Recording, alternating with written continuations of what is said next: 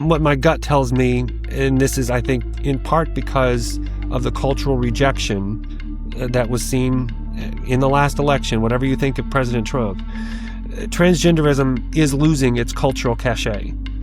It's people, I think, are just so tired of the crazy. They're tired of seeing these grown men, undressing in locker rooms and competing in women's sports, men and being locked up in prison with women, all of the insanity of cultural transgenderism, and especially some of the medical atrocities that I've described here. People are done with that. Revolution of common sense. Revolution of common sense. A revolution of common sense. Truth was once common sense, but today, truth is uncommon. Explore biblical truths around faith, business, and politics with Peter Demas. Uncommon sense in current times. Hey folks, welcome to Uncommon Sense in Current Times. Today I am with Brandon Showalter. He is a journalist with the Christian Post.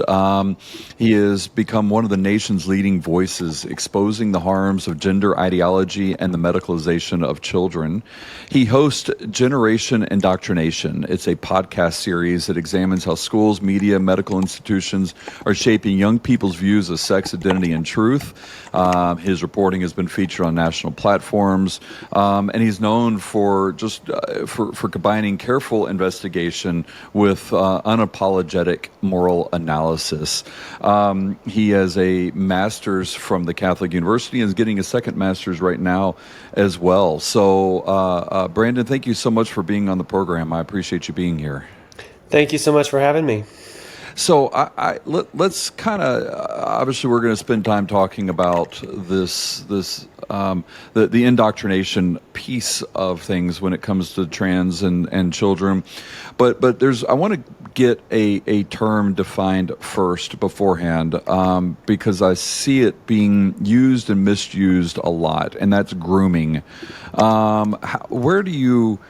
What do you define as grooming, and where do you draw the line between like influence, exposure, or predatory action?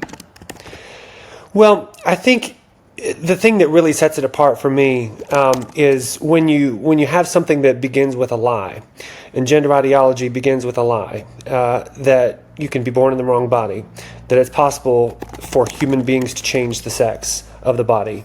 That's just false. And so any method of, you say, grooming or influencing that's beginning with a falsehood, that's what really sets it apart for me. And I think especially when you consider, and we cover this in our podcast, Generation Indoctrination, how this is being inculcated into children.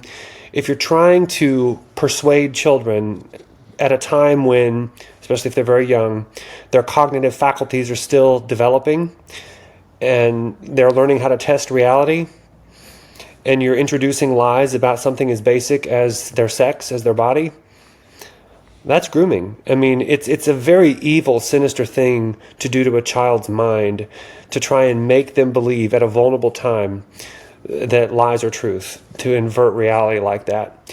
And so to me that qualifies as grooming. Of course, grooming, I think, also has a sexual connotation. When people hear the word, that's what they think of it.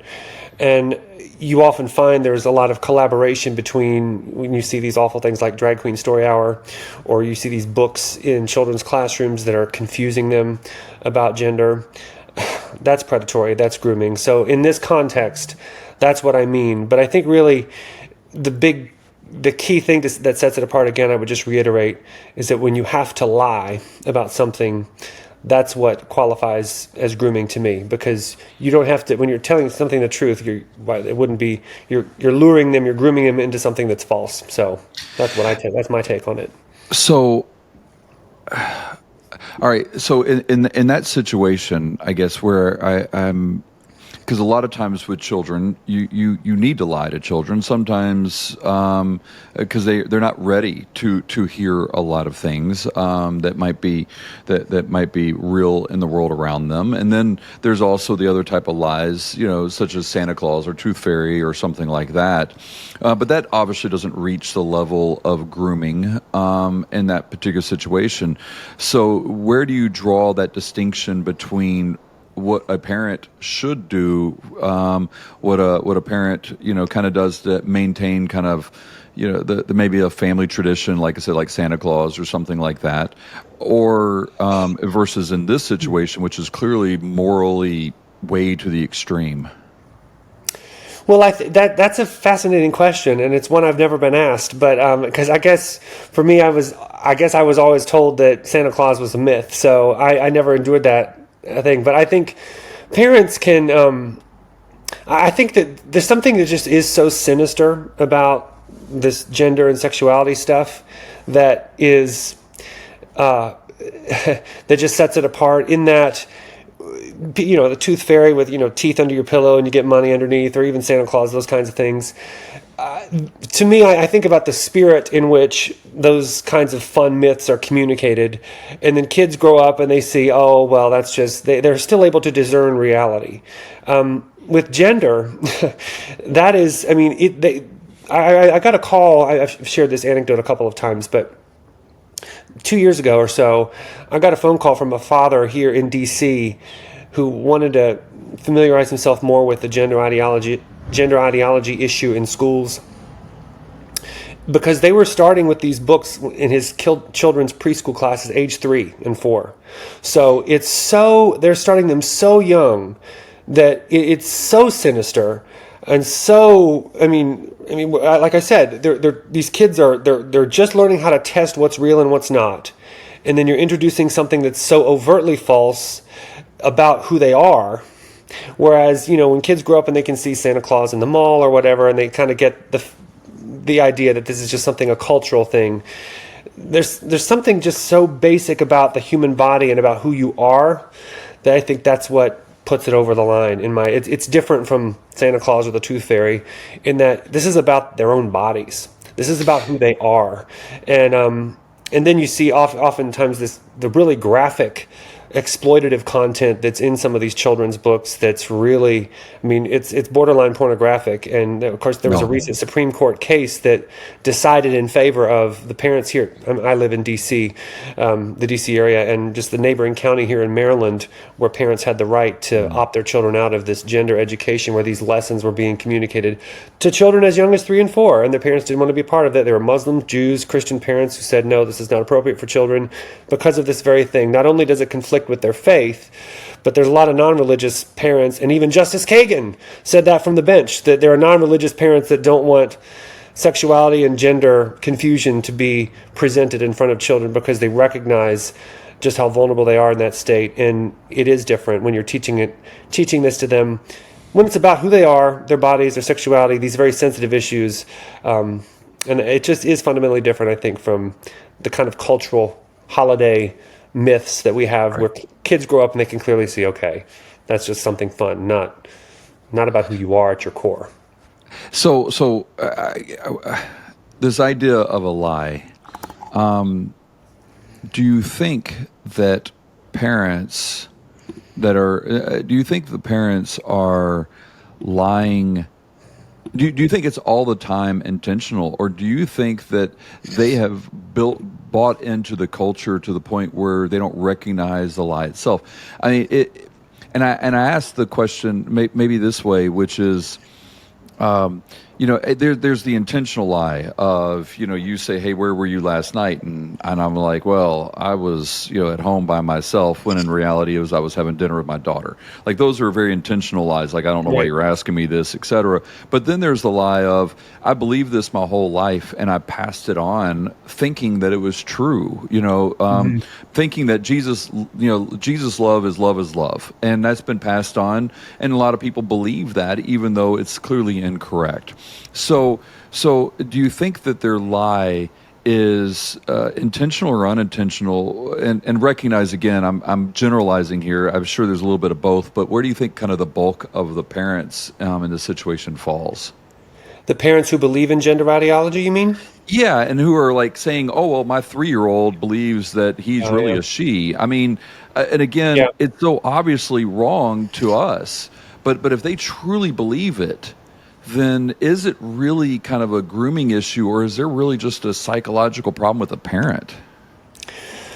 This is a really, it's everything. It's so sinister. This whole issue really is. I think what's important for people to understand is that, and I wrote a piece about this in Commonplace magazine earlier this year, explaining why Democrats in particular, and this would include some parents, but gender ideology occupies a kind of space in the mind of a Democrat parent. But some Republicans are affected by this too, I should say, in that they believe that it's a continuation of the civil rights movement.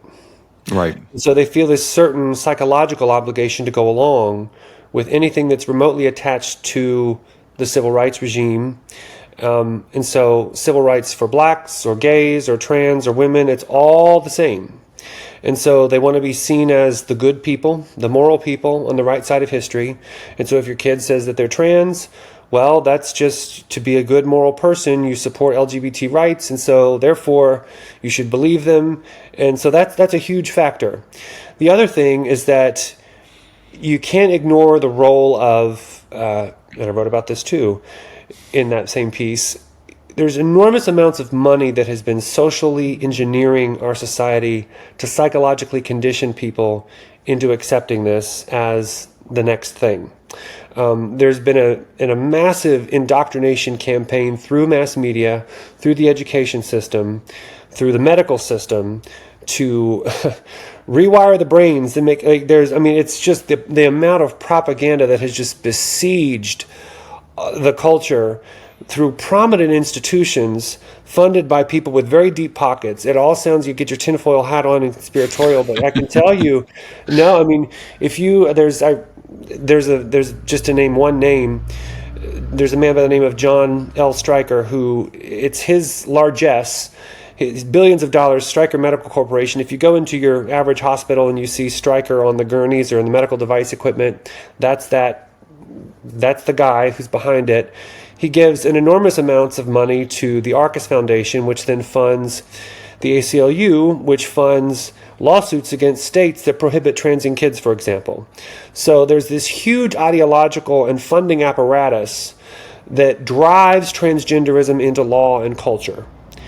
And so all of these, there's other billionaires that fund this too, but you see these educational, through strategic philanthropy, through all of these massive, campaigns to normalize and mainstream gender ideology into the public mind and to make everything seem like they've captured all the major medical associations and professional organizations that have, without any shred of evidence, claimed that so-called gender-affirming care is evidence-based and safe and approved and sanctioned from the top down. And so it takes real discernment to see through the fog and say, the emperor has no clothes. Of course, a boy can't be a girl and a man can't be a woman, and halting a child's puberty with hormone blockers and following on with cross-sex hormones, of course that's insane and not good and going to sterilize them and do all kinds of disastrous things to their body. It's very disconcerting to wake up to realize how deep the institutional and ideological capture go. But in that milieu, you do have parents that come to believe, because all of their news sources and all of the cultural forces around them are telling them that if your child says that they are the opposite sex, you are morally obligated to believe them and help them live out that self-actualized dream however they want, and that very well may mean a medical pathway that will do irreversible damage to their bodies. And so some of these parents, I think, are sick, especially if they're very young. It used to be called Munchausen's by proxy. It's now called factitious disorders. There are people that kind of make their child ill to get attention, and there is a psychiatric disorder that is quite dark, and I've looked into that a little bit as well. But no, I mean, there are parents that are abusing their children in this way, and they are sick in the head. But there's, I think, the bulk of it, though, for parents who come to believe that, a lot of them have indeed been misled because all of their sources of trusted information have been taken over and re-engineered. We are finally, though, seeing some pushback now with the current federal government calling for the revocation of certain transgender activist organizations that have shaped guidelines. And as you've probably seen, Medicare and Medicaid dollars are being withheld from hospitals that do these medical operations to children. And so there's cultural pushback now.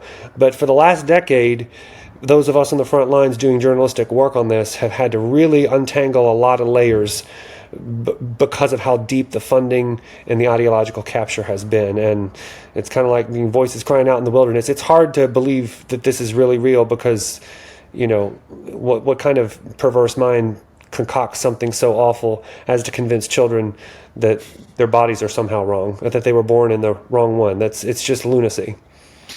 I've never, ever considered Munchausen's before because, I mean, and that's fascinating to me. It's definitely something that I'm going to kind of start digging into as well because it fits. It does fit extraordinarily well, particularly again when you get positive attention for damaging your child. The basic piece of it. Do you think then that, say, 30, 40 years ago, when this issue was small and minor, and especially among children, it was almost unheard of. Yeah. Do you think then that back then it was something else that they were doing, whether it was the abuse or keeping my child sick in certain ways or convincing my child they're sick? Sometimes they weren't sick at all. They just convinced them that they were. Mm-hmm. Do you think that the rate of incidences were probably, and I know this is not anything I know you have any stats on, but do you think it would be kind of similar and they just changed the method, but the ratio was about the same? Or do you think that level of parental abuse has increased and just changed the way it's doing as well? Well, I should clarify a few things first before I elucidate that point. I can't say definitively that, I say Munchausen's by proxy or factitious disorder because it seems very apparent to me that parents, certain kinds of, what you might say, a personality disordered, narcissistic, awful, abusive parent is doing this. They're using you see all these Hollywood celebrities having trans children or whatever, and right. you clearly see the dynamics in play there. I wrote an article too about this some years ago about Munchausen's by proxy, and there was an article in, I believe it was The Lancet, it's sort of the hinterland of child abuse, Munchausen by proxy, where it studied the issue. And then there was a scholar, Dr. Meadow, I believe, who wrote that, and where he wrote about just how strange it is when parents, and it's mostly mothers, who medically abuse their children. 2017, there was an article about Munchausen's by proxy where some researchers examined, I think, close to 800. They did a psychiatric review of the psychiatric literature, and they examined nearly 800 cases, and they found that it was something like 95 to 97% women, moms, and mostly the moms of the child. A lot of them had other, psychiatric comorbidities, depression. A lot of them were in healthcare. There was a certain profile where you see a disproportionate number of them. Where, I mean, in the article where this Dr. Meadow wrote it back in the Lancet, decades ago, there was a woman who, I think, poisoned her son with salt poisoning, and he had gastric erosions. And so there have been these really sick individual cases. But I think, yes, I mean, what was known as gender dysphoria, we have 100 years or so of diagnostic history of that psychological condition. It was vanishingly rare, almost exclusively in very young boys. And yes, I'm of the view that it's mostly in response to some kind of childhood trauma or other thing. There's a lot of debate going on now about how reliable even the DSM-5 is to sort of document this condition, given the diagnostic criteria is kind of shoddy in my view. But gender confusion, people who deal with that are indeed suffering. There are people that have a very real distress. And there have been contributing factors in the culture that have made it infinitely worse now. And so a certain kind of parent has indeed not helped, to say the very least. So has it gotten worse? Well, yes, but again, it's very hard to pin down because we can't say definitively that these parents are sort of sick in the head with this particular condition. I mean, Munchausen's by proxy, and I said it was they're called factitious disorders now. How many of these, I don't want to diagnose anybody from afar, but again, you see the dynamics in play where clearly these parents who have this need for attention and they can get it, so affirmation from having a sick child or a trans child, the parallels are all there, and it's very disturbing. But again, I would just reiterate that the vast majority of parents who find themselves either psychologically pressured into affirming their trans child, quote unquote trans child, are doing so because they feel the cultural pressure around this to go along with this, not because they are actively abusing their kids. There are a few of those, but most parents are just scared out of their minds because they are told in clinical settings, the emotional blackmail line that if you don't affirm your child, they will very likely or will commit suicide, die by suicide. And so what parent wants a dead child? And that's one of the more sinister aspects about this. But I do think that there is a diabolical wickedness at the heart of some parents that are doing this to their children, sadly. And it's an unpleasant thing to talk about, but I think it's true. All right, so let's kind of look back at people like Stryker that you mentioned, and you're right. There are many others that are advocating this lie, pushing it out through media, pushing it out through other social institutions. Mm-hmm. So when we're looking at this this group of people that's pushing this lie out, they're not doing it from a civil rights guilt perspective. I don't want a dead child. I don't want that. They have obviously a different motivation behind it. What is their motivation? Have you been able to discern what their motivation is for the lie that they're propagating? Well, the funders, the motivation of the funders? Yes. You know, that's a good question, and I think some of it I just think is straight up evil. I mean, there are. I mean, when I think about what this is doing to children and families, I can't help but think of Romans chapter 1 about being given over to reprobate mind. I mean, you do see there are men with fetishes. I mean, they call it onogynephilia. The lengths to which they will go to promote this fetish, and just so everybody knows, autogynephilia is this fetish that for men they sort of get aroused. That's not pleasant to talk about, but they get aroused at the thought of themselves as a woman, and they take great steps to go and modify their bodies and dress as women in order to get a thrill out of it. It's very sick. And so that is a motivation. I mean, it's disgusting, but that's part of it. I do think there is a certain madness, though, that drives this. I mean, when the gay rights revolution swept, our country and the world really in the last decade or so, they got gay marriage with Obergefell, and so it's like, what do we do next? And so it's just like they have all this money, they have all this influence. What's the next thing? And it's, I thought, and there are pushes for this. Polyamory was going to be the next phase. Well, that appears. I think you can be in a 6-person polyamorous group up in Somerville, Massachusetts, and there's a city ordinance that will recognize it. And there have been thruples that have been given legal custody of children in a couple of jurisdictions around the country. But I didn't think the next push from the LGBT world was going to be transing children. I thought it was going to be polyamory. Well, it turns out that there is money to be made too. So money, I mean, if you get a child on blockers and hormones and surgeries, the medical industrial complex will be, there's a pretty handsome, thousands upon thousands of dollars can be made. And so that's a thing. I think the value projection for the sex change surgery industry is, I haven't checked what it was. It was in the many, many millions. Last time I looked at some of the indexing of what that stands to make by 2030 or so. So there's also a lot of advocacy money of, especially on the left, there's this view that we have to be on the next progress is this, and if it's changing towards this, who knows what end they're seeking, but there's this huge push among the left to be these moral people. And so the ACLU and all of these other leftist groups that want to be the good moral people, there's a lot of money in those spaces too. So I think it's what happens, honestly, when you have a society that has abandoned its moral foundation, and nature abhors a vacuum, and we see the fruits of godlessness, and there's something very dark that has seeped into the void here. And so there's a lot of energy around that. So between fetishes, money, being the quote unquote moral people, and just not having anything else to do after they got the gay marriage thing, the LGBT activist groups have been pushing very hard, motivated that this is a good thing.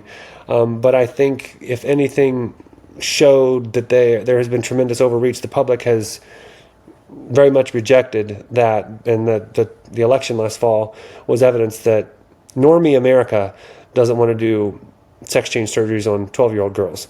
And there are 12-year-old girls in this country that have had their breasts amputated, and I can prove that. And so horrors that were seen as unimaginable even a decade ago, a lot of people have, their eyes get very wide, realizing this wasn't what they signed up for. This was they were taken aback by that. But we're only scratching the surface. I mean, I've lost count how many people I've gotten in touch with that they're rethinking everything now in light of the harm that was done to children and families. So we'll see.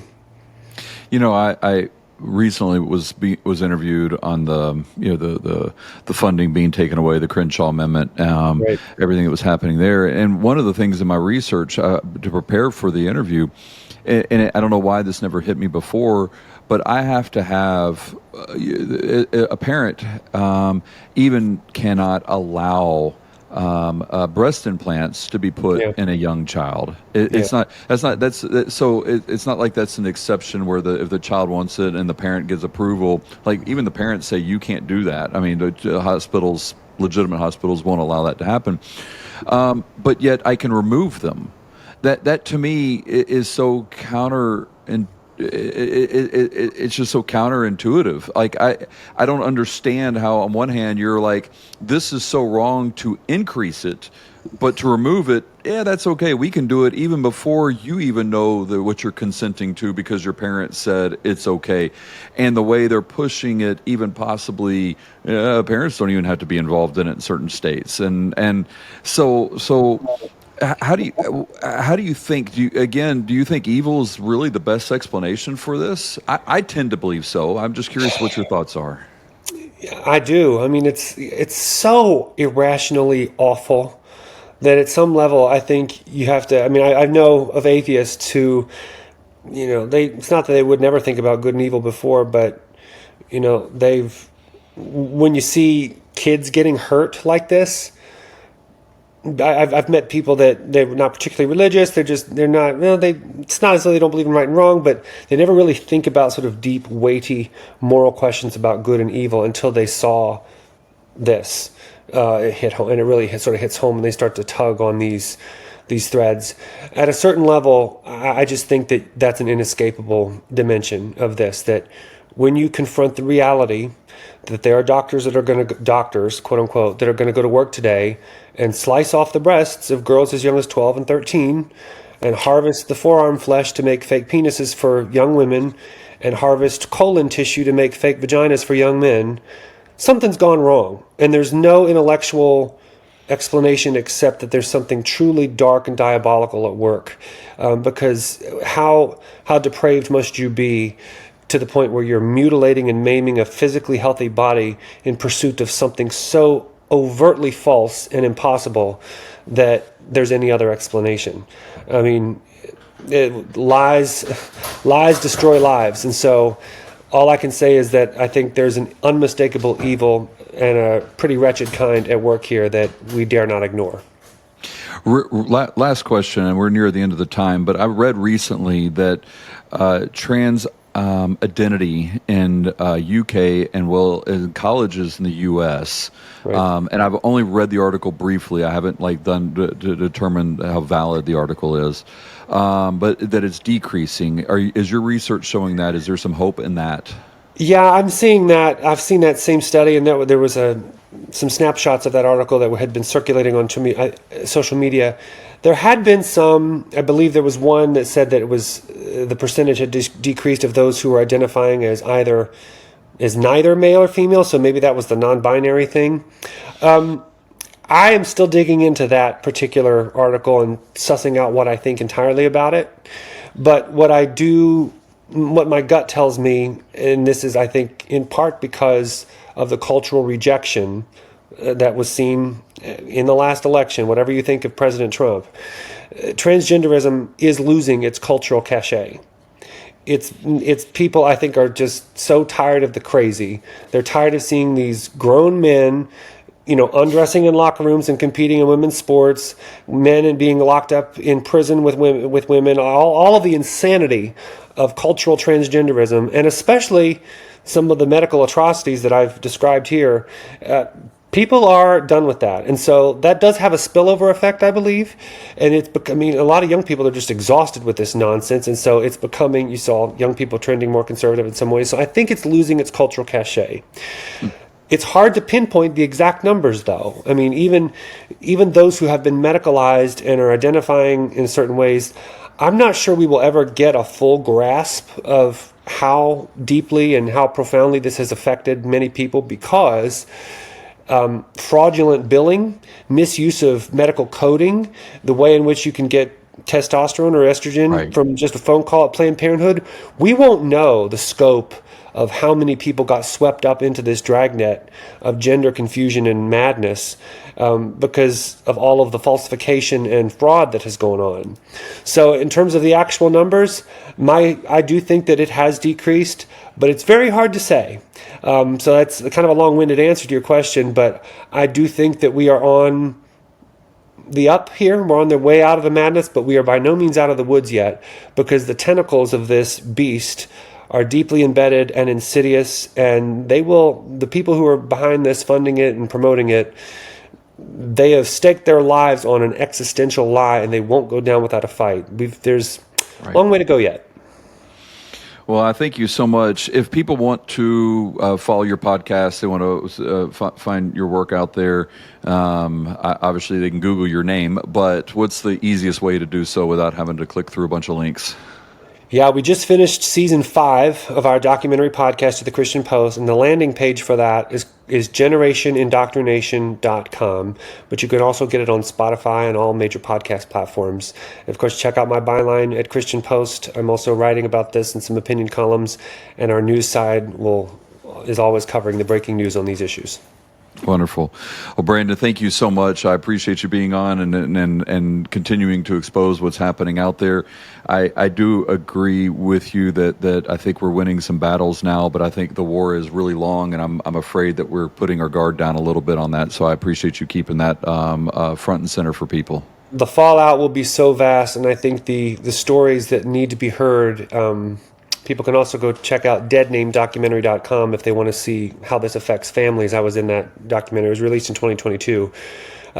This is a generational rupture, and that's not overstating it. The way families have been torn apart, torn to shreds. There need to be several books written about that because of how intimate relationships between parents and children were fractured into 1,000 little pieces. What's been allowed to happen to our society because of this is an utter disgrace, but we're determined to tell those stories here at Christian Post. Well, thank you so much again. I appreciate it, and I look forward to talking with you again. Thank you, Peter. Appreciate it. All right. Thank you.